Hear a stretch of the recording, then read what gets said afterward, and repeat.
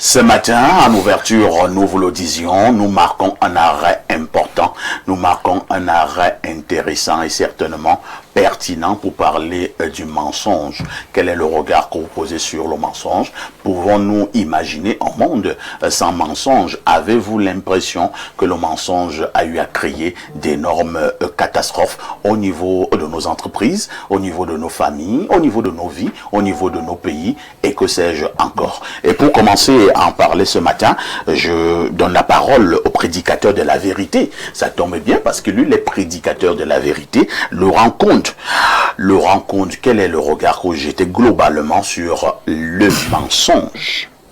Ok, merci, parfait, de me donner la parole.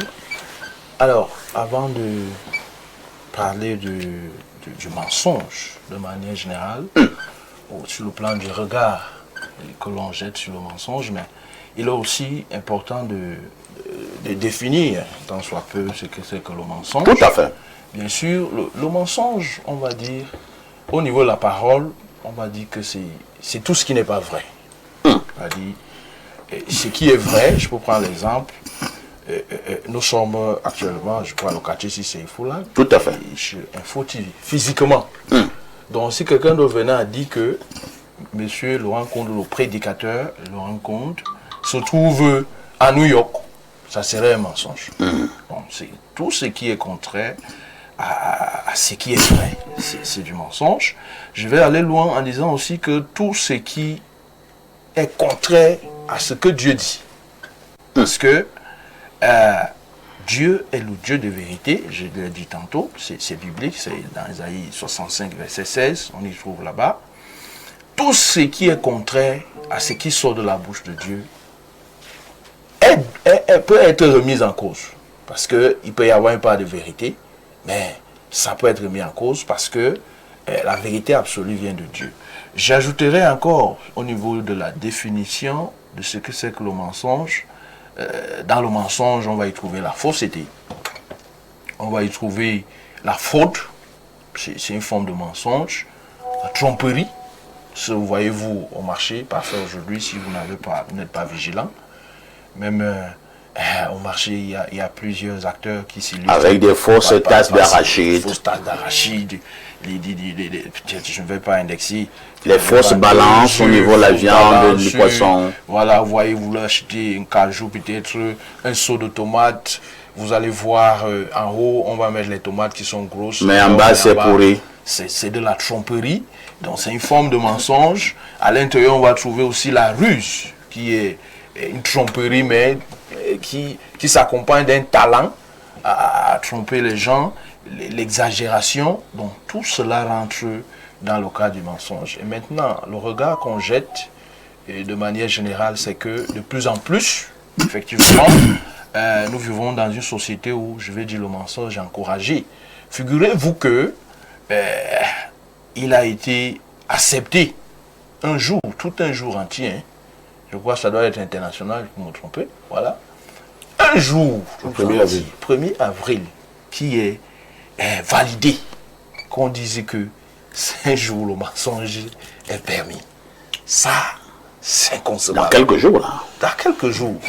Donc, c'est pas ce qu'on appelle souvent le poisson d'avril. C'est ça qu'on appelle poisson d'avril, parfait. Bon, peut-être c'est juste pour blaguer. Moi, c'est pas pour blaguer. Vous avez, ce jour-là, il fait des dégâts. Hein. Moi, je connais quelqu'un qui a failli tomber en syncope. Parce que on lui a, pendant ce jour-là, on lui a transmis une information qui n'était pas vraie. Peut-être qu'on te dit que ta femme est décédée. Une blague mauvaise on te dit, voilà. Le camion vient d'écraser ta femme en vanne. Je peux vous assurer. Après, quelqu'un dit non, poisson d'avril. Oui, oui. Et apparemment, la loi ne condamne pas ceux qui mentent. Le 1er avril. Le 1er avril. Ah bon? Oui, oui. Mais ça peut être une bonne journée, hein? Pour commettre des gaffes. Le contraire aurait été intéressant. Alors, Laurent, oui. Est-ce qu'on peut imaginer un monde sans mensonge? Est-ce qu'à un moment donné, vous n'avez pas l'impression que quelqu'un se sent obligé de mentir? Non, parfait. C'est la raison pour laquelle nous sommes ici, en cette matinée, effectivement, pour confirmer que un monde sans mensonge, c'est possible. Ah bon? Oui, parce qu'au commencement, ce fut le cas. Avant que le diable ne soit précipité sur la terre, après le forfait qu'il a commis au ciel, connaissant cette histoire de la parole de Dieu.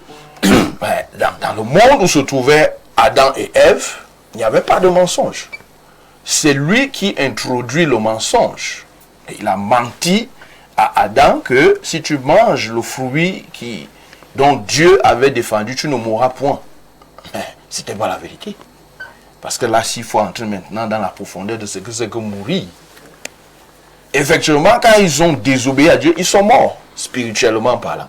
Donc, c'est par là. Donc, avant que cet auteur du mensonge ne fasse ce travail, le monde évoluait sans mensonge. Aujourd'hui encore, c'est possible qu'on ait un monde sans mensonge, parce que dans ce monde-ci, effectivement, il y a les enfants de Dieu. Je l'ai dit tantôt à l'introduction que le Dieu que nous servons, c'est le Dieu de vérité. Quelqu'un qui se revendique être enfant de Dieu, c'est un enfant de la vérité. Merci. Arsène Tchala, j'ai fait quand même un constat, vous allez me corriger si c'est faux. J'ai la nette impression qu'il y a 50 ans, 40 ans, on ne mentait pas beaucoup. Mais depuis une vingtaine d'années, une dizaine d'années, je prends le cas du Cameroun, nous mentons comme nous respirons. Qu'est-ce qui peut être à l'origine de cet état des choses? Et maintenant, les conséquences, quand je prends seulement la vie des couples, entre époux et épouse, c'est la magie.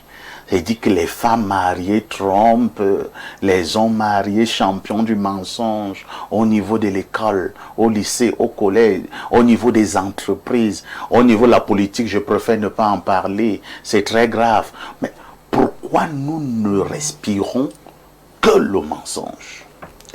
Parfait, tu ne t'es pas trompé, le mensonge aujourd'hui a pris plus d'ampleur qu'auparavant. Et ceci est dû, je l'ai dit à l'entame de mon propos, à l'avènement déjà des réseaux sociaux qui amplifient le mensonge, l'intelligence artificielle qui crée des mensonges, il y a les médias aussi, certains médias qui font dans la diffusion du mensonge. Maintenant, pourquoi les hommes mentent? Les causes sont aussi complexes que les domaines dans lesquels le mensonge intervient. Si nous sommes dans le domaine managérial, comme c'était le cas avec la dénonciation tout à l'heure, vous allez vous rendre compte que c'est la cupidité qui pousse les gens à mentir. Vous voyez? Voilà, si les informations que Alain a données tout à l'heure étaient vérifiées, voilà un gestionnaire d'entreprise qui s'amuse avec l'argent des employés, c'est-à-dire qui confond son salaire et l'argent des employés, qui l'empoche et qui met les employés en difficulté. Qu'est-ce qu'il y a à l'origine? C'est parce qu'il veut être plus riche qu'il n'en faut. Parce qu'il veut avoir ce qui ne lui revient pas. C'est la cupidité. Maintenant, si nous sommes dans le domaine, par exemple, de la famille, vous êtes un parent, c'est la peur des conséquences pour une faute commise qui peut amener votre enfant à vous mentir. Lorsque l'enfant a fait une faute et il ne voudrait pas subir une conséquence, il va inventer un mensonge pour que le châtiment ne lui soit pas infligé, par exemple. Même dans le domaine de l'entreprise, je parle, on a un chef d'entreprise, les employés peuvent mentir au sujet des horaires de travail, des tâches accomplies, pour éviter que le patron n'ouvre les yeux pour infliger les sanctions. Maintenant, lorsqu'on évolue à un tout autre niveau, le mensonge, aujourd'hui, les gens veulent sauvegarder, avoir l'image de ceux qu'ils n'ont pas. C'est pourquoi ils mentent. On est parfois obligé de faire des choses dont on n'a pas les moyens. Vous allez voir des gens qui veulent vivre au-dessus de leurs moyens. Ils ont une image illusoire. Ils veulent la sauvegarder. Ils sont obligés de prendre à gauche, de prendre à droite. Ça me rappelle un peu une anecdote que j'avais vécue au début de ma carrière. Vous savez, par ailleurs, je suis enseignant. J'étais enseignant dans une localité du Cameroun. Et il y avait, à cet endroit-là, un maréchal de logis chef qui avait une double identité. C'est-à-dire qu'il avait, comme on dit, tout à fait, il avait coupé son âge, il allait dans l'armée, et donc, dans son acte de naissance, il avait un âge qui ne correspondait pas à son âge réel. Mais là, il devait donc effectuer des tâches qui étaient devenues aux personnes de l'âge qu'il présentait. Vous voyez. Il n'avait plus la force. Il n'avait plus de force. C'était pitoyable. Vous voyez.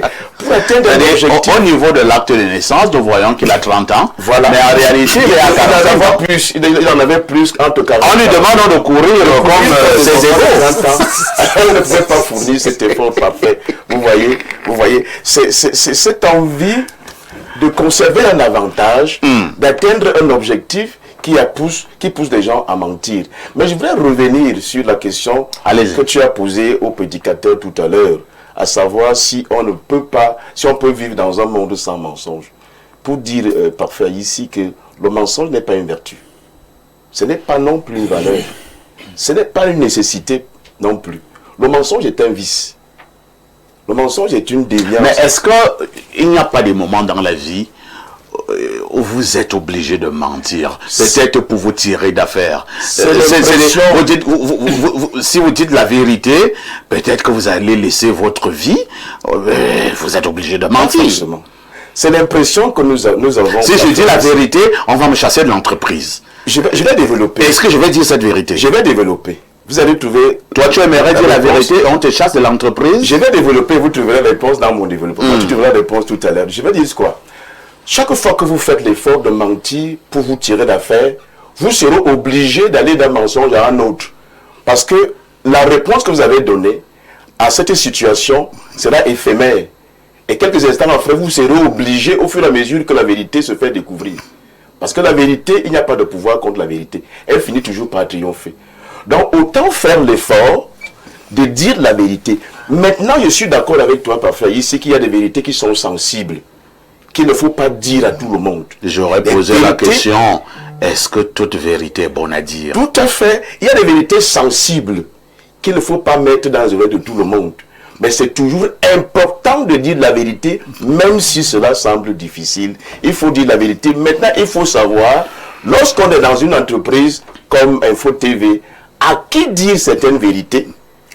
Quand est-ce qu'il faut dire certaines vérités et comment les dire? Mais quand vous avez dit la vérité, c'est exaltant. Ça vous libère. Vous avez cité tout à l'heure un passage des Saintes Écritures, j'ai en face de moi un prédicateur, parce que la vérité libère. La vérité vous sort définitivement d'affaires. Aujourd'hui, nous découvrons des contre-vérités qu'on nous a fait assimiler. Vous voyez, quand vous et moi, on était à l'école, on disait que les Ernest Ouandjé et les Moumi étaient des maquisards, non? Ah, vous revenez avec l'affaire de Ernest Ouandjé ce matin. On disait, bon, je ne veux pas aller dans le sens... Moi, j'ai été suspendu dans ce pays. Je ne veux pas aller dans le sens de Ernest Ouandjé. Moi, je veux pas en parler, vraiment. On disait qu'ils étaient des maquisards. Mais je ne sais pas ce qu'ils étaient, finalement.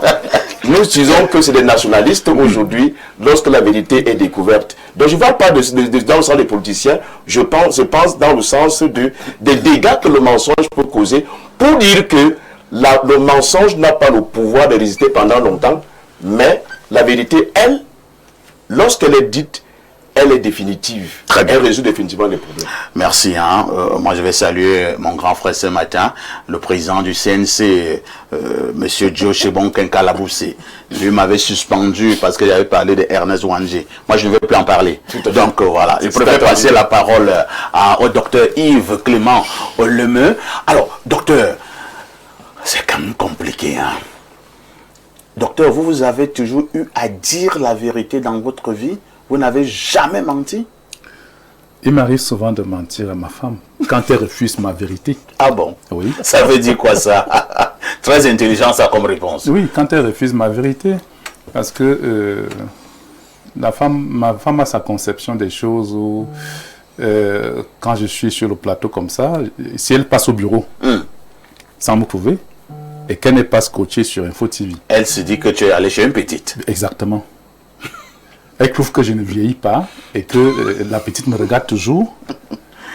Donc, mais si toi tu continues à mettre ce genre de tricots, la griffe. Ah, voilà. Parce que j'aime la vie. Aimer la vie ne veut pas aller coucher avec la femme. Il me vous dit que j'aime me laver bien, sortir, me coiffer, peigner ma tête, comme la Bible le dit aussi. Il faut être propre. Oui, et ce mec a invoqué son Dieu quelque part. Donc elle ne va pas comprendre. Alors là, je vais insister, appelle-moi parfait et tout. Non, je n'appelle pas. Oui, effectivement, je ne t'aime même pas là. Là, je commence donc à mentir pour lui faire plaisir. Il y a des mensonges pour faire plaisir à l'autre, qui ne veut pas entendre et comprendre la vérité. Nous avons des politiciens qui ne peuvent pas dire la vérité. Oui, parce que s'ils disent la vérité, ils ne vont pas... Ils ne vont pas avoir l'électorat. Non, ils ne vont pas évoluer sur le plan politique.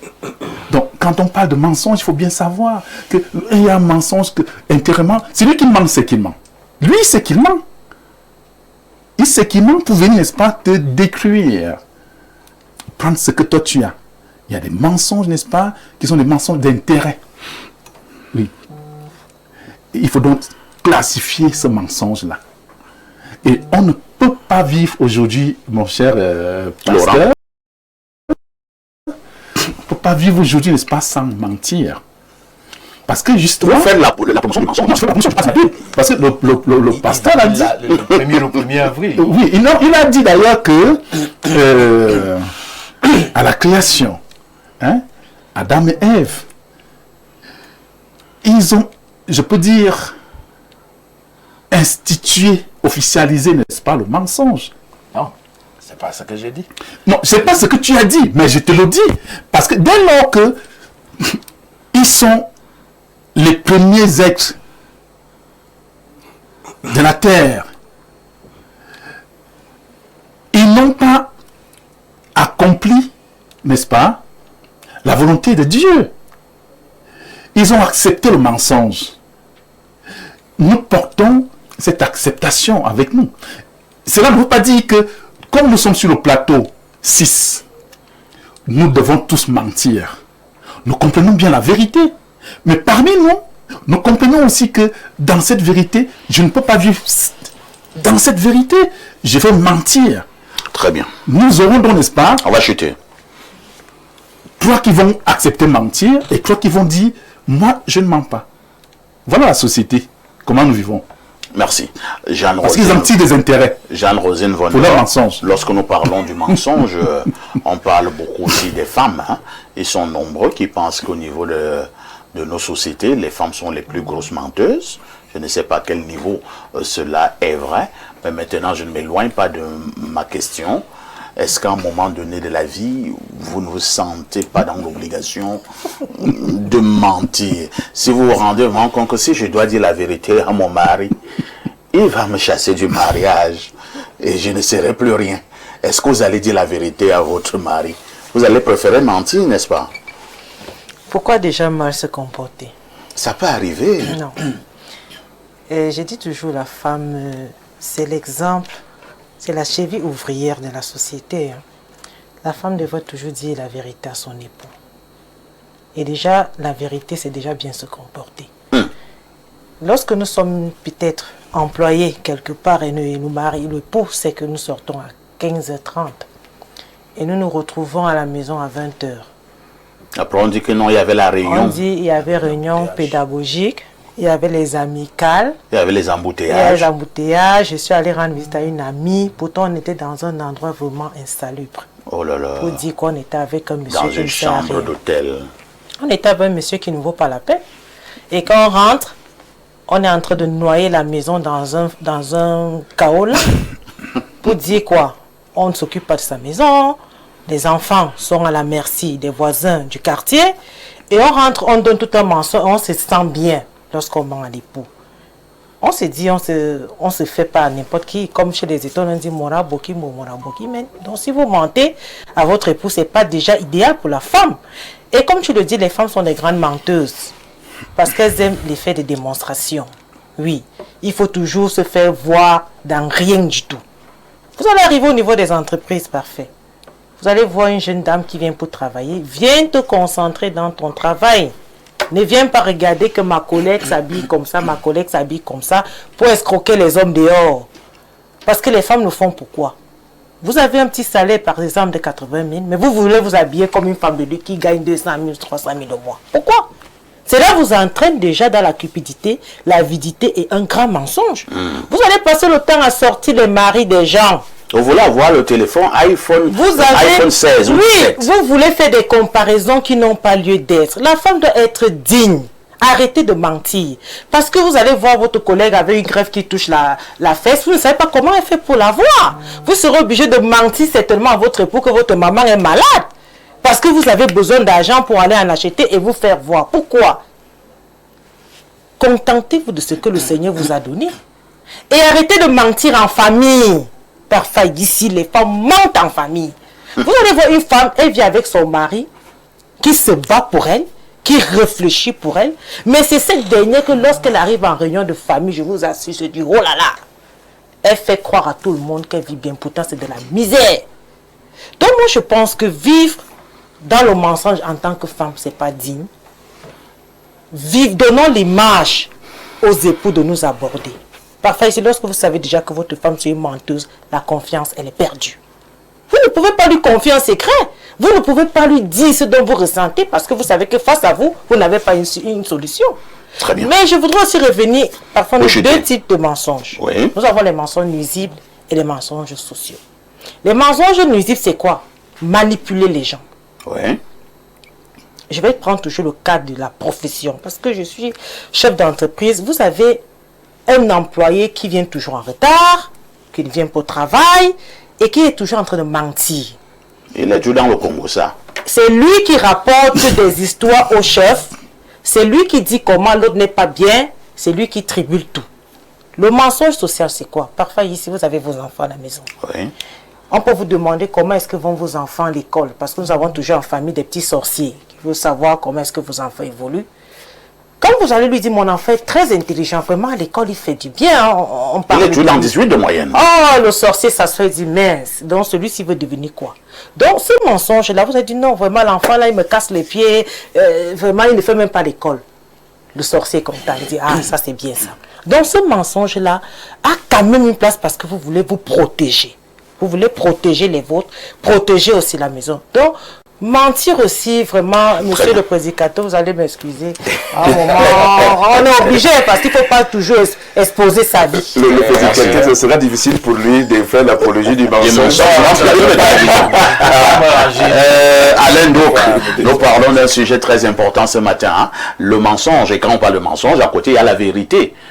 Pouvons-nous vivre dans un monde sans mensonge? Parfait, mine de rien, ce sujet semble très facile ou alors superficiel dans le traitement qu'on pourrait lui attribuer. Pourtant, il est philosophiquement très profond. Très profond, avec des implications que vous n'imaginez pas. Je vais, avec ta permission, faire deux choses. Je vais d'abord définir, d'après moi, en mes mots, ce qu'on pourrait retenir par le mensonge. Qu'est-ce que c'est? Que je vais lire deux textes et je vais faire mon commentaire. Alors, le mensonge, d'après moi, on pourrait dire que c'est une façon d'agir qui altère la réalité, qui prostitue la réalité, qui la dénature. Cette façon de faire peut porter sur la parole ou peut être dans l'action. Voilà. Alors, vous avez remarqué que nous vivons dans une civilisation du mensonge. Je vais revenir là-dessus, mais ce n'est pas l'idéal en réalité prôné. Dans une certaine perspective, puisque je suis de confession chrétienne, je dis donc dans la perspective biblique, ce n'est pas l'idéal prôné par Dieu. Vivre dans le mensonge. Pourquoi? Parce que lui, il est un Dieu de vérité. À cet effet, le Christ biblique dit qu'il est le chemin, la vérité et la vie. Et il utilise justement le touchement de la vérité pour apporter la rédemption, la libération. Quand nous sommes dans Éphésiens, par exemple, au chapitre 4, il est écrit, au chapitre 4, verset 25, c'est pourquoi vous, débarrassant du mensonge, dites chacun la vérité à votre prochain, car nous sommes membres les uns des autres. Je lis de même un autre passage, toujours biblique, c'est Zacharie, chapitre 8, verset 16e, où il est écrit, « Voici ce que vous devez faire, que chacun dise la vérité à son prochain. Rendez la justice aux portes de vos villes, conformément à la vérité en vue de la paix. » Donc, la vérité peut même être la gageure pour réaliser la paix sociale. Parce que justement, le mensonge, on ne s'en rend pas compte, il déstabilise, il discrédite, il instabilise, et puis il détruit, il altère la confiance. Parce que la plupart du temps, lorsque vous avez déjà au travers du mensonge dénaturé, dégradé la confiance qu'on portait sur vous ou sur quelque chose, c'est difficile par la suite de regagner la confiance. C'est très difficile. Or, nous vivons, comme je le disais, dans une civilisation humaine qui a, quel que soit le pays, quelque peu consacrer finalement le mensonge. Vous savez que la vie sociale sur cette terre dépend du fondamental de la politique. C'est la politique qui dépend, qui commande tout, qui gouverne tout, qui calibre tout. Or, la façon avec laquelle on fait la politique aujourd'hui a consacré le mensonge. Dans le discours politique, on vous dit qu'il faut manipuler par le verbe. Or, ce n'est pas l'idéal prôné par Dieu. Or, au travers de ce mensonge, il faut connaître qu'il se pose aussi spirituellement, philosophiquement, un problème de filiation. Parce que celui qui s'identifie pour la vérité a une filiation donc qui est celle du Dieu de vérité. Mais celui aussi qui ment atteste d'une certaine filiation. Parce que dans la même Bible, par exemple, dans Jean 8,44, le Christ dit qu'il y a quelqu'un, il y a une personnalité qui est le père du mensonge. Lorsqu'il parle du mensonge, lorsqu'il ment, il en parle comme venant de son propre fond. Donc c'est comme si c'est son ADN. On le reconnaît dans la paternité du mensonge. À cet effet donc, le mensonge est né par lui. Et lorsque vous mentez ou vous institutionnalisez le mensonge dans un écosystème, vous reconnaissez donc qu'il est votre père et que vous êtes même, je vais loin, qu'il est votre suzerain et vous êtes son vassal, puisque vous faites vous accomplissez ses voies au travers du mensonge. Merci Alain Douk. Alors, on part du côté de la messagerie, qui explose comme d'habitude. Ah, perfecto. Trump nous apprend que mentir à Mondovision se contredit sans cesse, n'a désormais plus la moindre importance. Le mensonge fait désormais partie intégrante de la condition humaine. C'est Joël Ondoa Amandon qui envoie cette contribution. Bonjour, mon modérateur. Juste pour ajouter à la problématique du mensonge, est-ce que le silence sur certaines vérités, c'est-à-dire le fait de ne rien dire de faux, mais de garder carrément le silence, peut être considéré comme un mensonge? C'est Banda Franklin depuis Nkwaban qui envoie ce message. Oui, tout à fait. Laurent, vous avez suivi la question du téléspectateur? Oui, je suis. Vous pouvez répondre? Bon, il pose la question de savoir si, dans certaines circonstances, le mensonge peut être considéré comme, je veux dire le silence peut être considéré comme le mensonge. Bien sûr, on va dire que quand on vous pose la question par rapport à un fait et que vous optez un fait pour lequel vous avez la vérité. Donc, mais vous ne dites rien. Vous ne dites rien, c'est un déni de vérité. C'est-à-dire, on sait pertinemment que vous détenez la vérité, mais vous choisissez de vous taire. Bibliquement, on appelle ça le silence coupable. Très bien. Bonjour le plateau, le sujet est très intéressant. Il met en lumière un phénomène aussi vieux que le monde. Le mensonge est la négation de la vérité. Mais tout le monde a déjà menti au moins une fois. Quelle que soit la raison, mais parfait, on ne peut pas vivre sans mentir. Parce que le mensonge n'est pas seulement ce qu'on dit, mais c'est aussi notre manière d'être, comme l'a dit Dame Jeanne. Et là, tous nous tombons, même en pensée. Mais il est mieux de faire des efforts pour être vrai autant qu'on le peut. C'est Dieu qui donne la grâce d'être cohérent parce que la vérité a un prix, parfois très lourd. Vous le verrez avec le Christ cette semaine qui va commencer. Père Yann Avodo depuis le Congo démocratique. Merci mon père. Un autre message ce jour. Moi, c'est Niobe Michel depuis au télé. On ne peut jamais vivre sans mensonge. Et sinon, le mariage n'existerait pas. Je comprends ça, c'est un menteur patenté. J'ai pitié pour sa femme. Alors, un autre message ce matin. Je vous amène au plus 49. C'est un message qui nous vient de l'Allemagne. Bonjour, monsieur Aïssi. Le mensonge est deux fois nécessaire. En Allemagne, lors de la Deuxième Guerre, la Gestapo faisait des rafles ciblées comme des juifs qui étaient envoyés dans les chambres à gaz. Lorsque ces éléments de la Gestapo revenaient une autre fois, on leur mentait pour sauver la vie des juifs. Le mensonge péché pour les croyants a sauvé des vies. Mandeng Eyum. Qu'est-ce que vous en dites, monsieur Tchala? Je suis... Voilà un mensonge qui a sauvé des vies. Tout à fait. On va toujours condamner ce mensonge? Absolument, il faut condamner le mensonge. Ah, on devait donc les tuer? Non, pas qu'on devait les tuer. Le mensonge, ça dépend de l'appréciation qu'on fait de la chose. Vous comprenez? C'est-à-dire que là, c'est un traitement qui est dans un angle particulier lorsque la personne illustre avec ce qu'elle est en train de dire là. En fait, le mensonge a ses avantages et ses inconvénients. Ses avantages et ses inconvénients, mais nous disons, c'est un acte qui n'est pas moralement correct. Mais est-ce qu'il y a quand même des cas où le mensonge peut être célébré? Quel que soit le résultat qu'il produit, il faut voir les dégâts qu'il peut aussi causer par ailleurs. Et lorsque vous faites le pour et le contre, vous allez vous rendre compte qu'il ne faut pas s'essayer.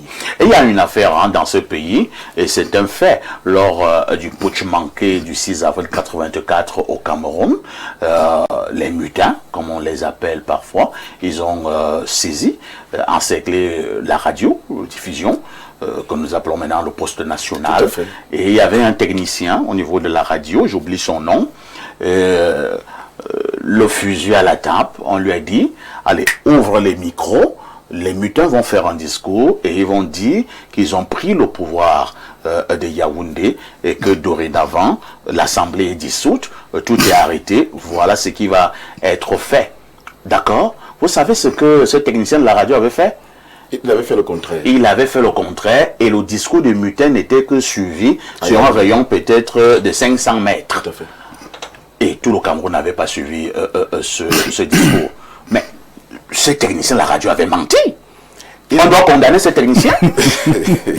Je vais vous répondre. Qui avait menti, le technicien ou bien? C'est dans un contexte particulier, il y a eu ce mensonge. Vous voyez, il a donné cette réponse étant sous pression. Et c'est ça qui donne aussi la preuve que dire la vérité n'est pas toujours du pouvoir de l'homme. Vous comprenez? Parce que la vérité dont nous parlons ici, ce n'est pas aussi simple. Les deux intervenants, Alain et Laurent, nous ont plongé dans les Saintes Écritures. Vous comprenez? Le mensonge est un pouvoir. Et généralement, l'homme, avec sa compréhension humaine, va percevoir qu'il y a des avantages lorsqu'il ne mesure pas les dégâts que le mensonge cause sur toute la ligne. C'est-à-dire que ce soit sur le plan visible, sur le plan spirituel, pour ceux qui s'essayent avec la spiritualité, qui sont des enfants de Dieu, nous disons, l'homme à l'état de nature aura toujours tendance à mentir parce qu'il fera face à des situations qui sont telles que s'il n'a pas un supplément d'âme, il va poser des actes qui vont aboutir à des résultats, mais qui lui feront croire qu'il a bien fait de mentir. Très bien. C'est ce que nous disons.